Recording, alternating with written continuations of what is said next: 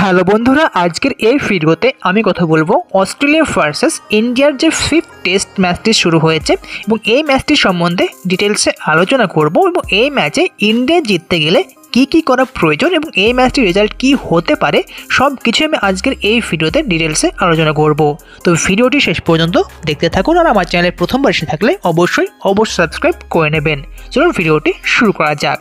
তো এই fifth test যেটা লাস্ট টেস্ট এবং এই ম্যাচের যদি পরিস্থিতি বলা যায় তো পরিস্থিতি ইন্ডিয়ার জন্য কিন্তু খুব একটা ভালো নয়, যেটা কিন্তু ধরা যেতেই পারে ইন্ডিয়ার যেটা এই ম্যাচটা বাজানোর চান্স কিন্তু অনেকটাই কম আছে। কিন্তু কি পরিস্থিতিতে কি নিয়মে এই ম্যাচটা ইন্ডিয়া জিততে পারে সেটা কিন্তু আজকের এই ভিডিওতে দেখব। ফার্স্ট ইনিংসে ইন্ডিয়ার টিম থেকে খুব একটা বড় স্কোর কিন্তু করতে পারেনি, যেটা 185 রানে কিন্তু ইন্ডিয়ার ফার্স্ট ইনিংসে অল আউট হয়ে যায় এবং সেখান থেকে সর্বাধিক রান যেটা ঋষভ পান্থই করেছেন, যেটা 40 রান 98 বলে করেছেন। তাছাড়া বাকি কোনো প্লেয়ার্সই কিন্তু খুব একটা বড় স্কোর করতে পারেনি, কোনো ব্যাটসম্যানই। এবং সেখানে ফার্স্ট ইনিংসে 185 রানে কিন্তু সবকটি উইকেট ইন্ডিয়া হারিয়ে ফেলে। এবং তার মধ্যে ফার্স্ট ইনিংসে অস্ট্রেলিয়ার টিম পক্ষ থেকে স্কট বল্যান্ড 4টি উইকেট নেন, প্যাট কামিন্স 2টো উইকেট নেন, মিচেল স্টার্ক 3টে উইকেট নিয়ে নেন। তো এখানে ফার্স্ট বোলারদের কিন্তু জয় জয়কার এই মাঠে। এবং তার পরবর্তীতে অস্ট্রেলিয়া যখন ব্যাটিং করতে আসে ফার্স্ট ইনিংসে তখনও কিন্তু তারাও কিন্তু ভারতীয় পেসারদের সামনে কিন্তু টিকতে কেউই পারেনি, তারাও কিন্তু খুব একটা বড় স্কোর কেউই করতে পারেনি। 181 রানে তারাও কিন্তু অল উইকেট হয়ে যায় এবং অস্ট্রেলিয়া টিমের পক্ষ থেকে বেন ওয়েবস্টার শুধুমাত্র 57 রানের পারি একটা খেলেছেন, বড় পারি। তাছাড়া কেউ কিন্তু খুব একটা ভালো পারফরমেন্স করতে পারেনি অস্ট্রেলিয়া টিমের পক্ষ থেকে এবং অস্ট্রেলিয়াও কিন্তু ভারতীয় পেসারদের সামনে খুব একটা পারফরমেন্স করে উঠতে পারেনি, যেখানে জসপ্রীত বুমরা 2টো উইকেট তুলে নেন, মোহাম্মদ সিরাজ 3টে উইকেট, প্রসিদ্ধ কৃষ্ণা 3টে উইকেট এবং নীতিশ রেড্ডি 2টো উইকেট তুলে নিয়েছেন।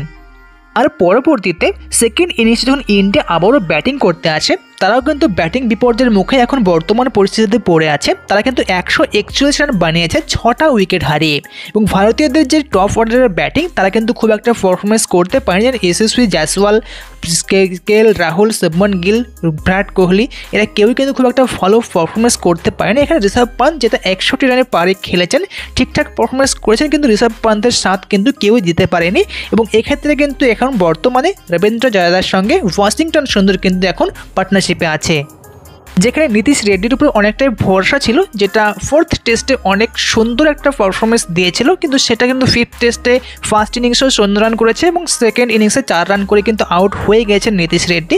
এখানে কিন্তু খুব একটা ভালো পারফরমেন্স করতে পারেনি ফিফথ টেস্ট ম্যাচে এবং এক্ষেত্রে এখন বলা যেতেই পারে রবীন্দ্র জাদেজা আর ওয়াশিংটন সুন্দর এই যে লাস্ট পার্টনারশিপ যেটা আছে এখন শেষ ব্যাটসম্যান, এরপরে কিন্তু সবগুলো বলার্স চলে আসবে এবং এই পার্টনারশিপটাই কিন্তু একটু বেশিক্ষণ ধরে টিকে থাকতে হবে। ম্যাচ কিন্তু শুধুমাত্র 2টো দিনই খেলা হয়েছে, এখনও 3-3টে দিন বাকি পড়ে আছে এবং অস্ট্রেলিয়ার সঙ্গে কিন্তু ইন্ডিয়া খুব একটা ভালো পারফরমেন্স করে উঠতে পারেনি। তারা কিন্তু 145 রান শুধুমাত্র লিড দিয়েছে এবং 6টা উইকেট কিন্তু ইন্ডিয়া হারিয়ে ফেলেছে। এখন ইন্ডিয়াকে কিন্তু আরও পারফরমেন্স করতে হবে, পার্টনারশিপ একটা লম্বা পার্টনারশিপের দরকার।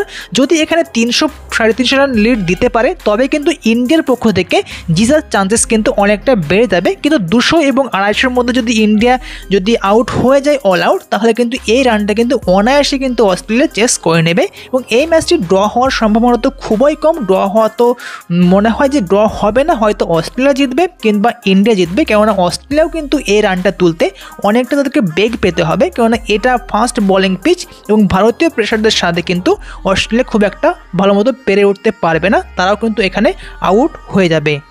তো এখানে দেখার বিষয় একটাই, এখন বর্তমানে ইন্ডিয়ার যে এই পার্টনারশিপটা আছে রবীন্দ্র জাদেজার সঙ্গে ওয়াশিংটন সুন্দর, এই পার্টনারশিপটা কিন্তু অনেকটা খেলতে হবে, কিছু পার্টনারশিপ বানাতে হবে এবং লিডটা কিন্তু এখানে 250-300 পর্যন্ত নিয়ে যাওয়ার চেষ্টা করতে হবে, তবে কিন্তু ইন্ডিয়ার একটা সুযোগ থাকবে ম্যাচটি জয়লাভ করার।